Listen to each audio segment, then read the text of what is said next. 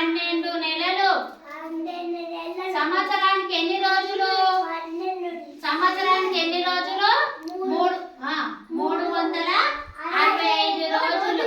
Very good Lakshminarayana. Class కొట్టురే. ఎన్ని రోజులు లక్ష్మీనారాయణ?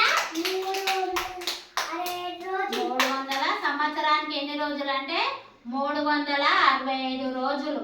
ఇది క్యాలెండర్. ఇది ఏ నెల?